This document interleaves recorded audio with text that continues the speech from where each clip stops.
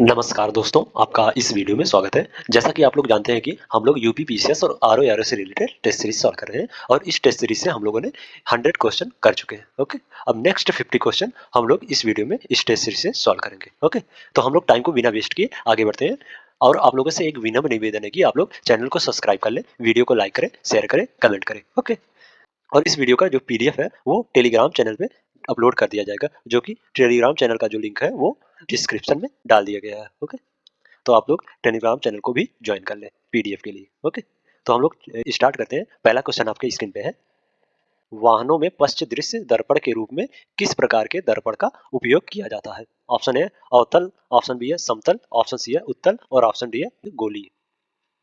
उत्तल दर्पणों का उपयोग सामान्यतः वाहनों के पश्च दृश्य दर्पण के रूप में किया जाता है। ये दर्पण वाहनों के पार्श्व में लगे होते हैं तथा इनमें ड्राइवर अपने पीछे के वाहनों को देख सकते हैं, जिससे वे सुरक्षित रूप से वाहन चला सके। तो इस प्रकार सी इज द राइट आंसर हो जाएगा इसमें। ओके, वाहनों में पश्च दृश्य दर्पण के रूप में उत्तल दर्पण का प्रयोग किया जाता है। ओके, नेक्स्ट क्वेश्चन है, निम्नलिखित द्रव्यात्मकों पर विचार कीजिए और उन्हें उनके अपवर्तनांक के बढ़ते क्रम में व्यवस्थित कीजिए। पहला है खनिज नमक, दूसरा रूबी या मणिक, तीसरा है नीलम, चौथा है हीरा। नीचे दिए गए कोड का प्रयोग कर सही उत्तर चुने। ऑप्शन ए है 2 3 4 1 और ऑप्शन बी है 1 2 3 4, ऑप्शन सी है 4 3 2 1 और ऑप्शन डी है 3 4 2 1। अपवर्तनांक को विभिन्न माध्यमों में प्रकाश के संरक्षण की अपेक्षिक चाल से संबद्ध किया जाता है। ओके, यह देखा गया है कि विभिन्न माध्यमों में प्रकाश अलग अलग चालों से संचरित होता है। निर्वात में प्रकाश जो है वो 3 इंटू 10 मीटर पर सेकंड से चलता है। ओके, और जो खनिज नमक का अपवर्तनांक है वो है 1.63। ये खनिज नमक का अपवर्तनांक है। ओके, रूबी या मणिक का जो अपवर्तनांक है वो 1.71 है। ओके, नीलम का जो अपवर्तनांक है वो 1.77 है। ओके, और हीरे का अपवर्तनांक जो है वो 2.42 है। तो इस प्रकार सबसे कम खनिज नमक का, फिर उसके बाद रूबी, फिर नीलम, फिर उसके बाद हीरे का अपवर्तनांक है। तो इस प्रकार 1 2 3 और 4 इज द राइट आंसर हो जाएगा इसमें। ओके, तो B is the right answer हो जाएगा।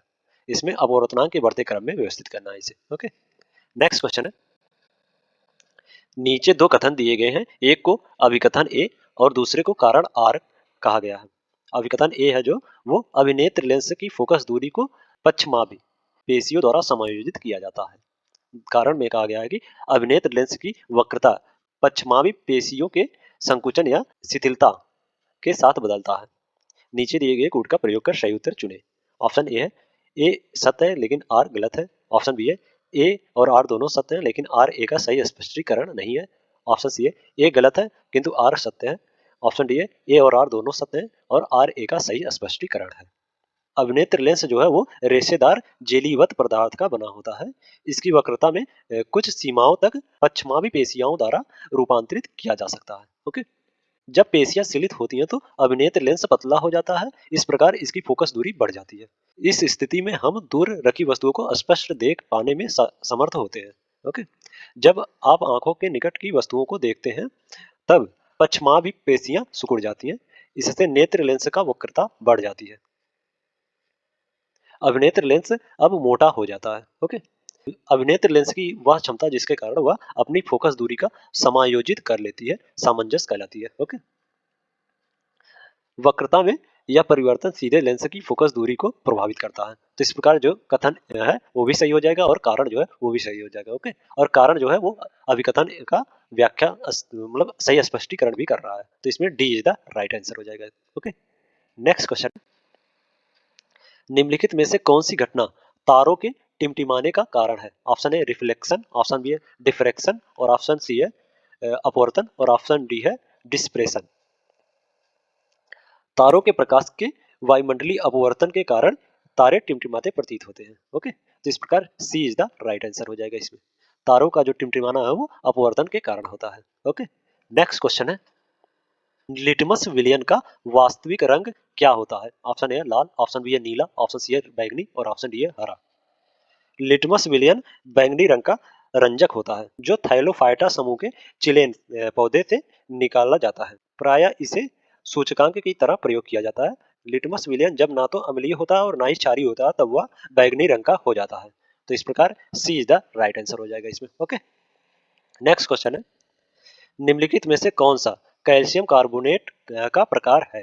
पहला है चूना पत्थर, दूसरा है खड़िया या चौक, इसे खड़िया या चौक बोलते हैं। ओके, तीसरा है संगमरमर और चौथा है बेकिंग सोडा। नीचे दिए गए कूट का प्रयोग कर सही उत्तर चुने। ऑप्शन ए है केवल एक और चार, ऑप्शन बी है केवल एक, दो और तीन, ऑप्शन सी है केवल तीन और चार, और ऑप्शन डी है केवल एक और दो। चूना पत्थर, खड़िया और संगमरमर जो है वो कैल्शियम कार्बोनेट के विविध रूप है। सभी धातु कार्बोनेट एवं हाइड्रोजन कार्बोनेट अम्ल के साथ अपक्रिया कर संगत लवण कार्बन डाइऑक्साइड एवं जल बनाते हैं। तो इस प्रकार इसमें B is the right answer हो जाएगा। ओके, चूना पत्थर, खड़िया और संगमरमर जो है वो कैल्शियम कार्बोनेट के प्रकार है। ओके, और जो बेकिंग सोडा है वह सोडियम बाइकार्बोनेट के नाम से जाना जाता है। ओके, नेक्स्ट क्वेश्चन है, कौन सा पद किसी विलियम में हाइड्रोजन आयन सांद्रता के माप को दर्शाता है? ऑप्शन ए पूषांश, ऑप्शन बी है पीएच, ऑप्शन सी है क्षारीय और ऑप्शन डी है ओएच। जो पीएच स्केल होता है वो किसी विलियन में उपस्थित हाइड्रोजन आयन की सांद्रता ज्ञात करने के लिए एक स्केल विकसित किया गया है। ओके, जिसे पीएच स्केल कहते हैं। तो इस प्रकार B is the right answer हो जाएगा इसमें। ओके, नेक्स्ट क्वेश्चन है, सूची 1 को सूची 2 से सुमेलित कीजिए और सूचियों के नीचे दिए गए कूट का प्रयोग कर सही उत्तर चुनें। सूची 1 में है सिरका, टमाटर, नेटल का डंक, खट्टा दूध। सूची 2 में है एसिटिक अम्ल, ऑक्जेलिक अम्ल, मेथोनाइक अम्ल और लैक्टिक अम्ल। ओके, जो सिल्का है उसमें एसिटिक अम्ल पाया जाता है, तो जो ए का है वो 1 से सुमेलित हो जाएगा। ओके, टमाटर जो है उसमें ऑक्जेलिक अम्ल पाया जाता है। ओके, तो बी का 2 से सुमेलित हो जाएगा। नेटल का डंक जो है वो मेथलाइक अम्ल पाया जाता है उसमें। ओके, तो सी का 3 से सुमेलित हो जाएगा। खट्टा दूध या दही में लैक्टिक अम्ल पाया जाता है, तो इस प्रकार डी का 4 से सही हो जाएगा। तो इसमें 1 2 3 4 इज द राइट आंसर हो जाएगा। 1 2 3 4, तो इसमें ए इज द राइट आंसर हो जाएगा। ओके, नेक्स्ट क्वेश्चन है, दंत क्षय को रोकने के लिए निम्नलिखित में से कौन सा पदार्थ महत्वपूर्ण है? ऑप्शन ए है calcium hydroxyapatite, option B है मैग्नीशियम क्लोराइड, ऑप्शन सी है बेंजीन, ऑप्शन डी है सोडियम क्लोराइड। मुंह के पीएच का मान 5.5 से कम होने पर दांत का क्षय प्रारंभ हो जाता है। ओके, मुंह का जो पीएच मान है वो 5.5 से अगर कम होगा तो दांत का क्षय प्रारंभ हो जाएगा। ओके, दांत का इनेमल जो है वो कैल्शियम हाइड्रोक्सी एपिटाइड से बना होता है, जो कि शरीर का सबसे कठोर पदार्थ है। ओके, यह जल में नहीं घुलता, लेकिन मुंह के पीएच का मान 5.5 से कम होने पर यह संक्षारित हो जाता है। तो इस प्रकार ए इज द राइट आंसर हो जाएगा इसमें। ओके, नेक्स्ट क्वेश्चन है, निम्नलिखित में से कौन सी प्रक्रिया एल्युमिनियम पर मोटी ऑक्साइड परत बनाती है? ऑप्शन ए एनोडीकरण, ऑप्शन बी है विद्युत लेपन, ऑप्शन सी है असत लेपन और ऑप्शन डी है परत। एनोडीकरण जो है वो एल्युमिनियम पर मोटी ऑक्साइड की परत बनाने की प्रक्रिया है। वायु के संपर्क में आने पर एल्युमिनियम पर ऑक्साइड की पतली परत का निर्माण होता है।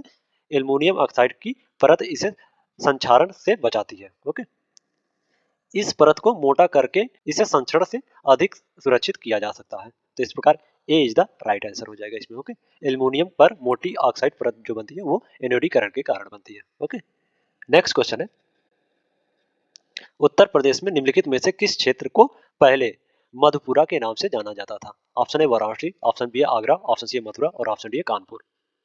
मथुरा को पहले मधुपुरा के नाम से जाना जाता था। ओके, तो इस प्रकार सी इज द राइट आंसर हो जाएगा इसमें। ओके, नेक्स्ट क्वेश्चन है, फारसी पुस्तक बहरेज ख्वाजा के लेखक थे? Option A Yahya bin Sirhind, option B है अहमद यादगार, ऑप्शन सी है मीर मोहम्मद मासूम और ऑप्शन डी है Sheikh वजहुद्दीन Ashraf Lakhnauri.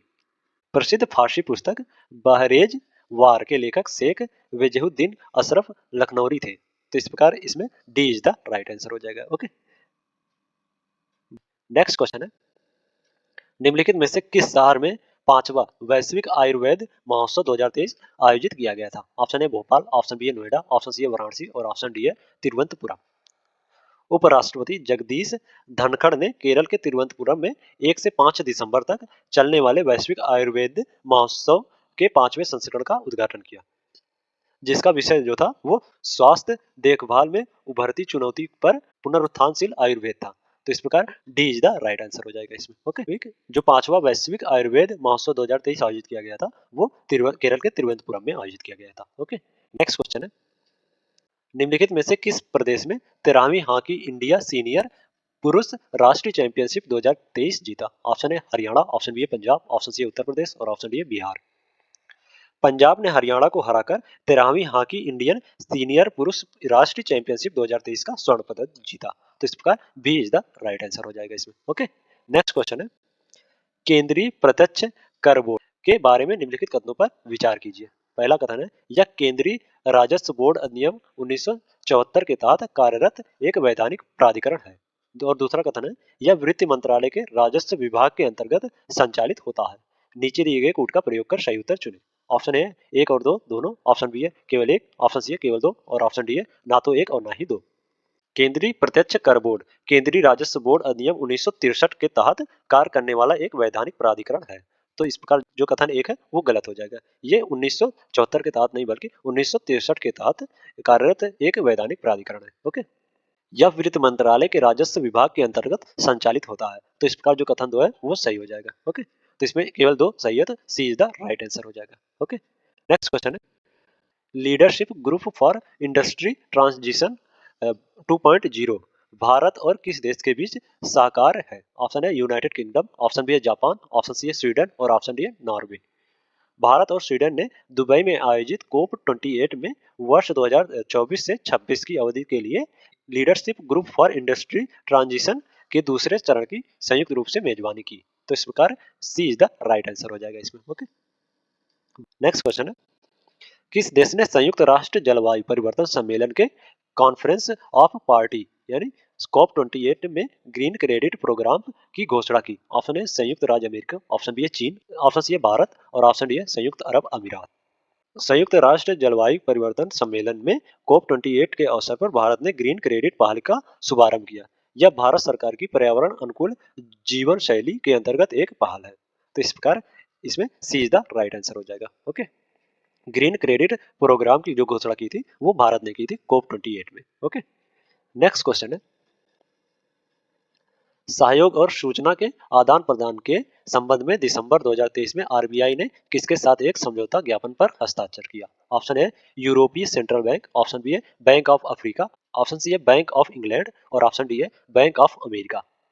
Clearing corporation of India limited के संदर्भ में सहयोग और सूचना के आदान प्रदान के लिए भारतीय रिजर्व बैंक और बैंक ऑफ इंग्लैंड ने एक समझौता ज्ञापन पर हस्ताक्षर किया। तो इस प्रकार सी इज द राइट आंसर हो जाएगा इसमें। ओके, नेक्स्ट क्वेश्चन है, 16वें वित्त आयोग की सिफारिशें कब से शुरू होने वाली 5 वर्षों की अवधि पर लागू होंगी? ऑप्शन ए है 1 अप्रैल 2025, ऑप्शन बी है 1 अप्रैल 2026 और ऑप्शन सी है 1 अप्रैल 2027 और ऑप्शन डी है 1 अप्रैल 2028।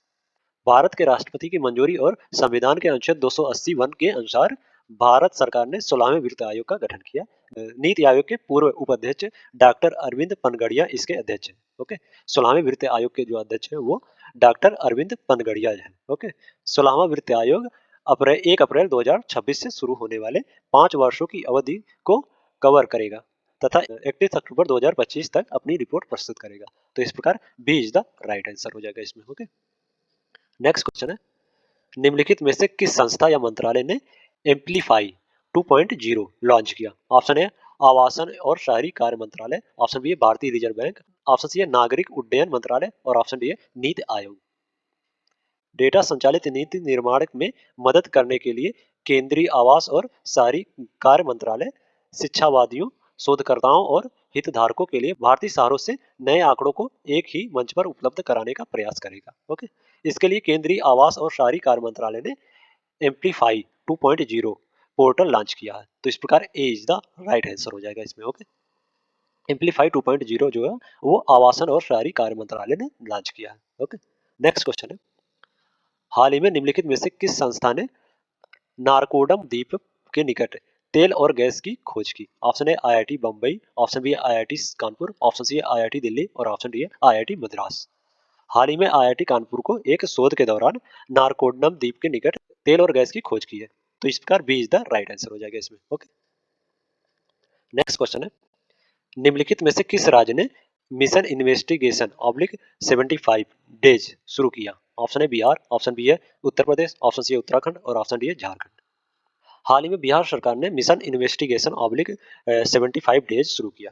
तो इस प्रकार ए इज द राइट आंसर हो जाएगा इसमें। ओके, बिहार सरकार ने मिशन इन्वेस्टिगेशन ऑब्लिक 75 डेज शुरू किया है। ओके, नेक्स्ट क्वेश्चन है, रिलायंस जियो ने किसके सहयोग से भारत जीपीटी लॉन्च किया है? ऑप्शन है आईआईटी पटना, ऑप्शन बी है आईआईटी भिलाई, और ऑप्शन सी है आईआईटी मंडी, और ऑप्शन डी है आईआईटी बम्बई।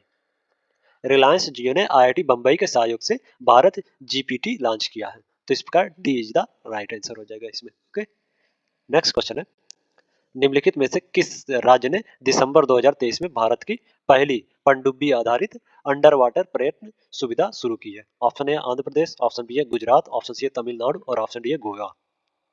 दिसंबर 2023 में गुजरात सरकार ने द्वारिका में भारत की पहली पनडुब्बी आधारित अंडर वाटर पर्यटन सुविधा शुरू करने का निर्णय लिया है, तो इस प्रकार B is the right answer हो जाएगा इसमें। ओके, नेक्स्ट क्वेश्चन है, अभय हस्तम कार्यक्रम किस राज्य द्वारा शुरू किया गया है? ऑप्शन है तेलंगाना, ऑप्शन बी है छत्तीसगढ़, ऑप्शन सी है अरुणाचल प्रदेश, और ऑप्शन डी है सिक्किम। तेलंगाना के मुख्यमंत्री रेवंत रेड्डी ने अभय हस्तम कार्यक्रम शुरू किया है, तो इस प्रकार ए इज द राइट आंसर हो जाएगा इसमें। ओके, अभय हस्तम जो है वो तेलंगाना के मुख्यमंत्री रेवंत रेड्डी ने शुरू किया है। ओके, नेक्स्ट क्वेश्चन है, इंडियन स्किल रिपोर्ट 2024 का विषय था। ऑप्शन है कार्य कौशल और गतिशीलता के भविष्य पर एआई का प्रभाव, ऑप्शन बी है कार्य के भविष्य का पुनर्निर्माण और पुनर्रचना, ऑप्शन सी है कोविड के बाद भारत में प्रतिभा की मांग और आपूर्ति का परिदृश्य, ऑप्शन डी है competitiveness of India Inc India oblique 75 forging ahead.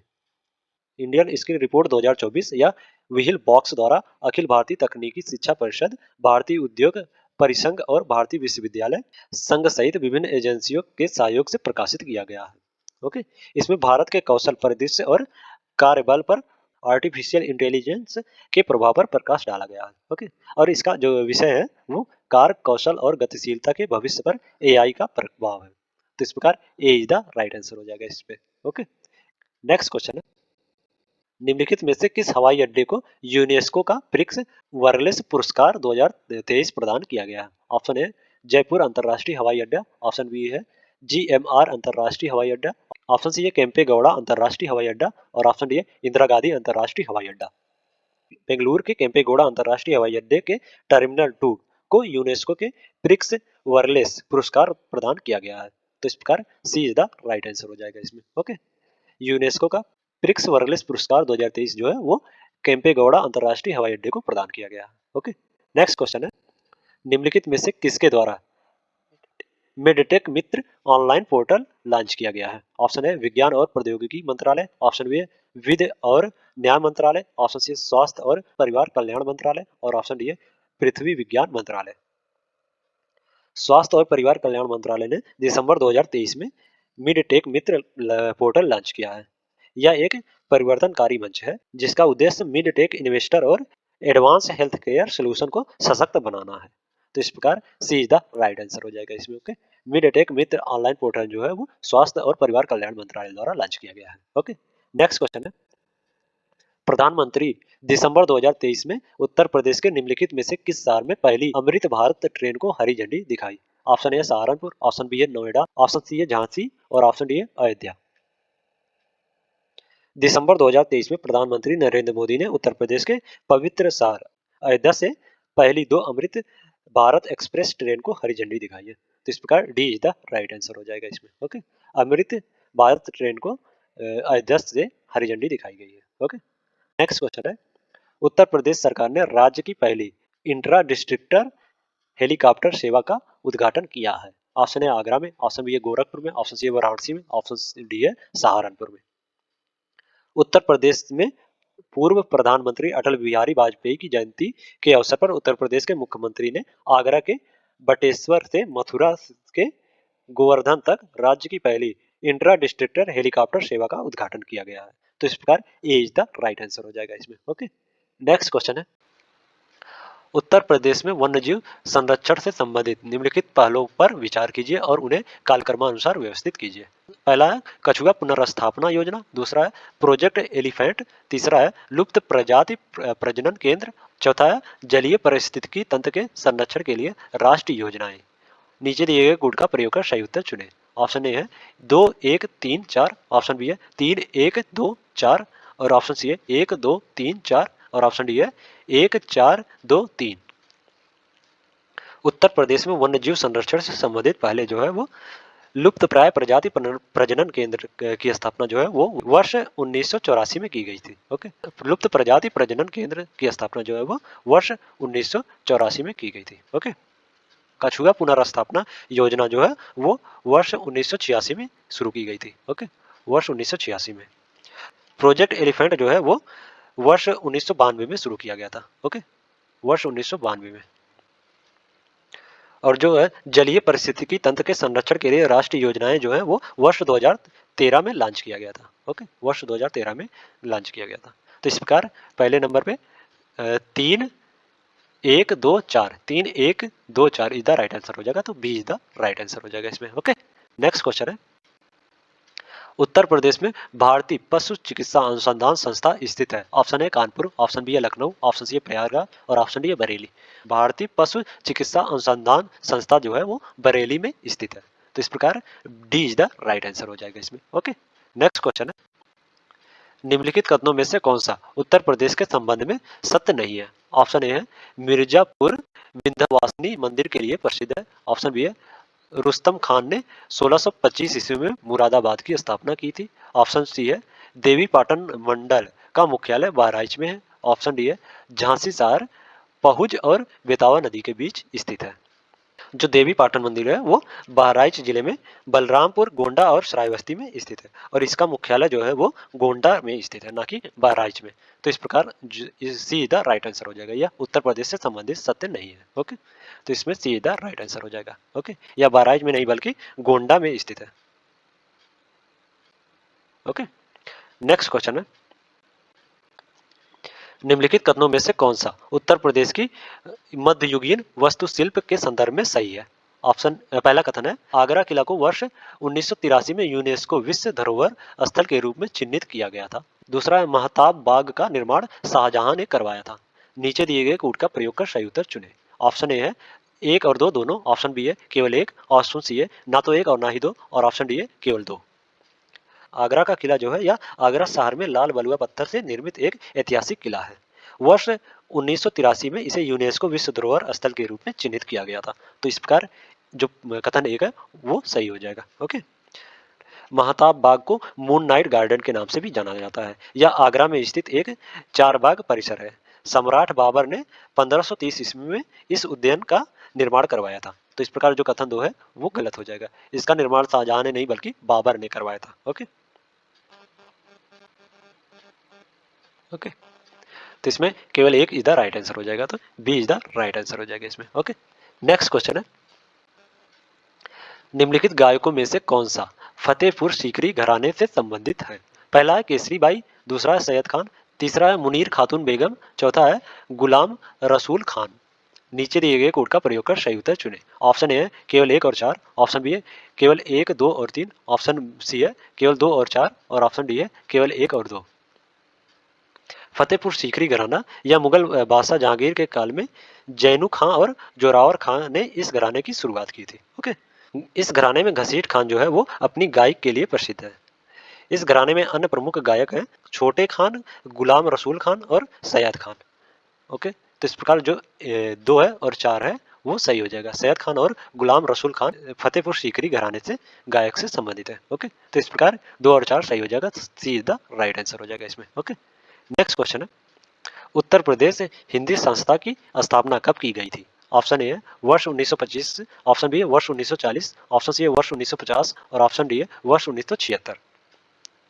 Uttar Pradesh Hindi संस्था लखनऊ हिंदी भाषा और साहित्य के स्वारगढ़ प्रचार प्रसार के लिए 30 दिसंबर 1976 को इसकी स्थापना की गई थी। उत्तर प्रदेश हिंदी संस्था की स्थापना जो है वो 30 दिसंबर 1976 को की गई थी। ओके, तो इस प्रकार D is the right answer हो जाएगा इसमें।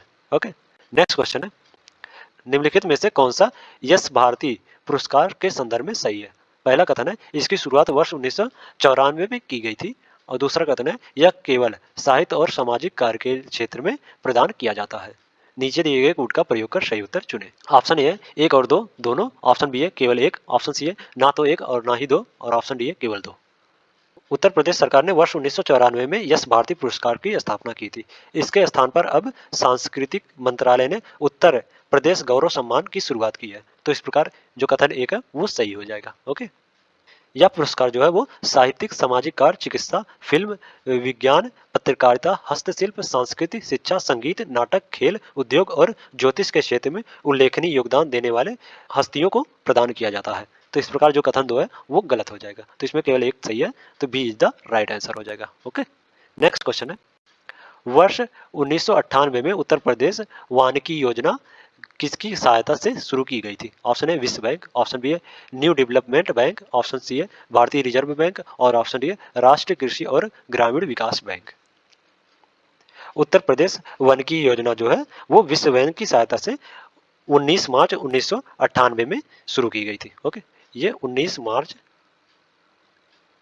1998 में शुरू किया गया था विश्व बैंक की सहायता से। ओके, तो इसमें ए इज द राइट आंसर हो जाएगा। नेक्स्ट क्वेश्चन है, सूची 1 को सूची 2 से सुमेलित कीजिए और सूचियों के नीचे दिए गए कूट का प्रयोग कर सही उत्तर चुनें। सूची 1 में है कछुआ वन्यजीव अभ्यारण्य, कैमूर वन्यजीव अभ्यारण्य, किशनपुर वन्यजीव अभ्यारण्य और सुहागी बारवा वन्यजीव अभ्यारण्य। सूची 2 में है मिर्जापुर, वाराणसी, महाराजगंज, लखीमपुर खीरी। कछुआ वन्यजीव अभ्यारण्य जो है वो वाराणसी में स्थित है। तो इस प्रकार ए का 2 से सुमेलित हो जाएगा। ओके, कैमूर वन्यजीव अभ्यारण्य जो है वो मिर्जापुर और सोनभद्र दोनों जिलों में स्थित है। तो इस प्रकार बी का ए से सुमेलित हो जाएगा। ओके, बी का 1 से सुमेलित हो जाएगा। किशनपुर वन्यजीव अभ्यारण्य जो है वो लखीमपुर खीरी में है। तो इस प्रकार सी का 4 से सुमेलित हो जाएगा। सुहागी बारवा वन्यजीव अभ्यारण्य जो है वो महाराजगंज में स्थित है। तो इस प्रकार डी का 3 से सुमेलित हो जाएगा। तो 2 1 4 3 इज द राइट आंसर हो जाएगा इसमें। ओके, 2 1 4 3, तो इसमें सी द राइट आंसर हो जाएगा। ओके, नेक्स्ट क्वेश्चन है, निम्नलिखित कथनों में से कौन सा नीम कोटेड यूरिया के संदर्भ में सही है? पहला कथन है नीम कोटिंग नाइट्रीकरण प्रतिरोधी के रूप में कार्य करती है। दूसरा कथन है सभी घरेलू उत्पादकों के लिए अनिवार्य है कि वे किसी भी प्रकार के यूरिया का उत्पादन नीम कोटेड यूरिया के रूप में करें। नीचे दिए गए कूट का प्रयोग कर सही उत्तर चुने। ऑप्शन ए है 1 और 2 दोनों, ऑप्शन बी है केवल 1, ऑप्शन सी है केवल 2 और ऑप्शन डी है ना तो 1 और ना ही 2। नीम कोटेड यूरिया, इसमें यूरिया पर नीम की कोटिंग की जाती है।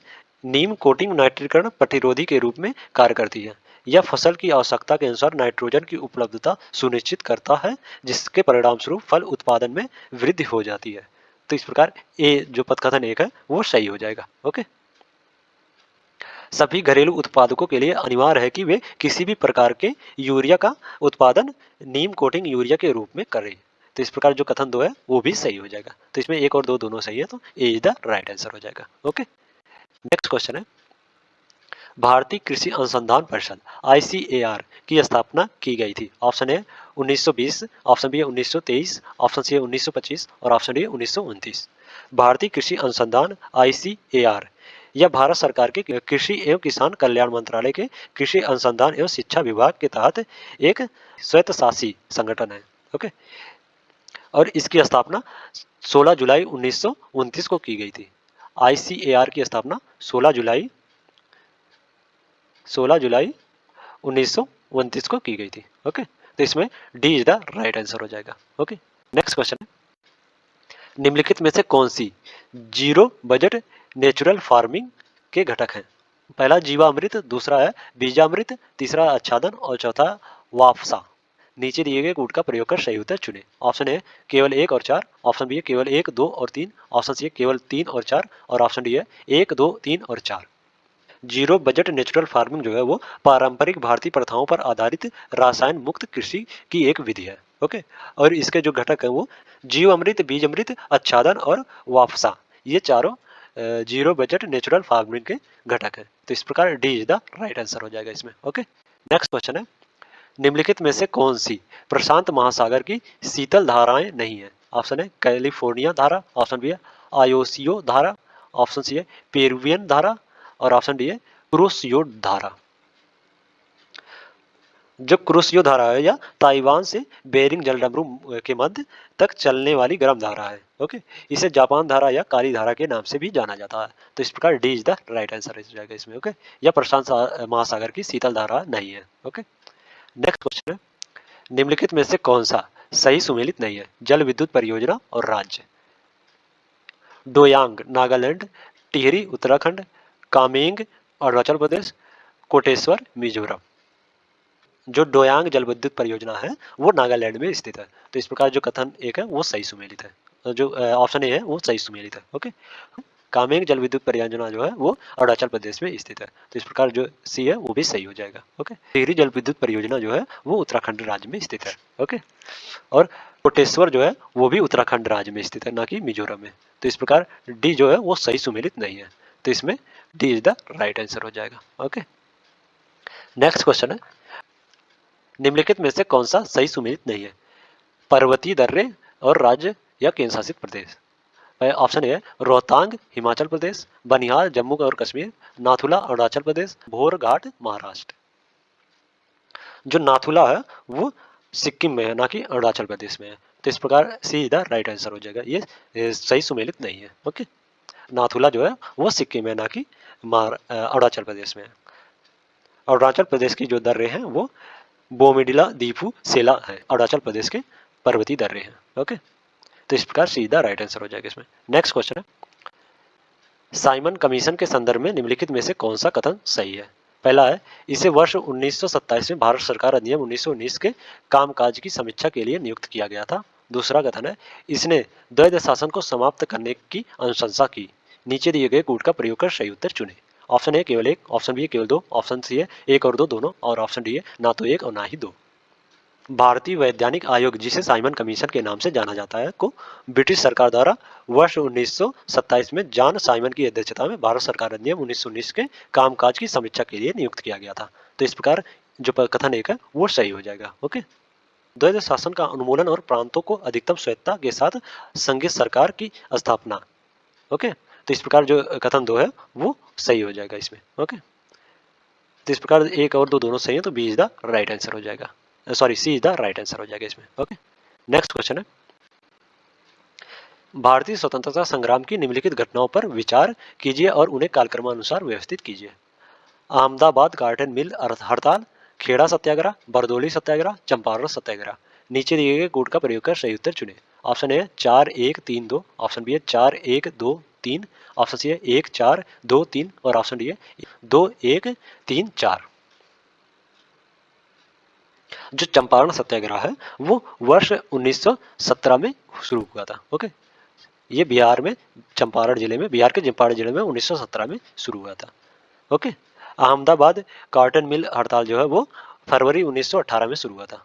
फरवरी 1918 में शुरू हुआ था। ओके, खेड़ा सत्याग्रह जो है वो मार्च 1918 में शुरू हुआ था। ओके, बरदोली सत्याग्रह जो है वो वर्ष 1928 में शुरू हुआ था। ओके, तो इस प्रकार 4-1-2-3, 4-1-2-3 इज द राइट आंसर हो जाएगा। तो B is the right answer हो जाएगा इसमें। ओके, नेक्स्ट क्वेश्चन है, हड़प्पाई लिपि के संदर्भ में निम्नलिखित में से कौन सा कथन सही है? पहला कथन है, इसमें चित्रात्मक तथा वर्णमालीय दोनों चिन्ह शामिल थे। और दूसरा कथन है, यह दाईं से बाईं ओर लिखी जाती थी। नीचे दिए गए कोड का प्रयोग कर सही उत्तर चुने। ऑप्शन ए है एक और दो दोनों, ऑप्शन बी है केवल एक, ऑप्शन सी है केवल दो और ऑप्शन डी है ना तो एक और ना ही दो। हड़प्पाई लिपि, हाल ही में किए गए अध्ययनों से यह संकेत मिलते हैं कि हड़प्पा की लिपि में दाईं से बाईं ओर लिखे गए 400 चिन्ह हैं, परंतु अभी तक इस लिपि को पढ़ा नहीं जा सका है। तो इस प्रकार जो कथन दो है वो सही हो जाएगा। ओके, ऐसा माना जाता है कि ये अपने भावों को सीधे व्यक्त करने के लिए किसी भाव चित्र यानी चित्रक प्रतीक या चिन्ह अथवा अक्षर का प्रयोग करते थे। तो इस प्रकार जो कथन दो है, सॉरी जो कथन एक है वो गलत हो जाएगा इसमें। ओके, तो इसमें केवल दो सही है, तो सी इज द राइट आंसर हो जाएगा इसमें। ओके, इसमें चित्रात्मक वर्णमाली दोनों चिन्ह शामिल नहीं है, बल्कि ये इसमें केवल चित्रात्मक चिन्ह शामिल है। ओके, नेक्स्ट क्वेश्चन है, ऋग वैदिक प्रशासन में अच्छावक कौन होता था? ऑप्शन ए कर संग्रहकर्ता, ऑप्शन बी है सारथी, ऑप्शन सी है लेखकार और ऑप्शन डी है संदेशवाहक। ऋग वैदिक प्रशासन में अच्छवापक को लेखकार होता था। ओके, तो इस प्रकार सी द राइट आंसर हो जाएगा इसमें। ओके, कर संग्राहक को भाग दूध कहते थे। ओके, और सूत को सारथी कहते थे। नेक्स्ट क्वेश्चन, सूची 1 को सूची 2 से सुमेलित कीजिए और सूचियों के नीचे दिए गए कूट का प्रयोग कर सही उत्तर चुनें। सूची 1 में महाजनपद और सूची 2 में राजधानी। वत्स्य, वत्स्य की राजधानी जो है वो कौशाम्बी है, तो इस प्रकार ए का 1 से सुमेलित हो जाएगा। ओके, अंग का जो है वो चंपा से है, अंग की राजधानी जो है वो चंपा है, तो इस प्रकार बी का ए 2 से सुमेलित हो जाएगा। ओके, सूरसेन की राजधानी जो है वो मथुरा है, तो इस प्रकार सी का 4 से सुमेलित हो जाएगा।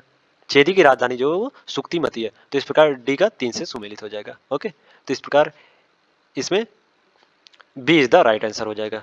ओके, इसमें B is the right answer हो जाएगा। आज के लिए इतना ही, और अगले नेक्स्ट वीडियो में हम लोग नेक्स्ट सीरीज लेके आएंगे।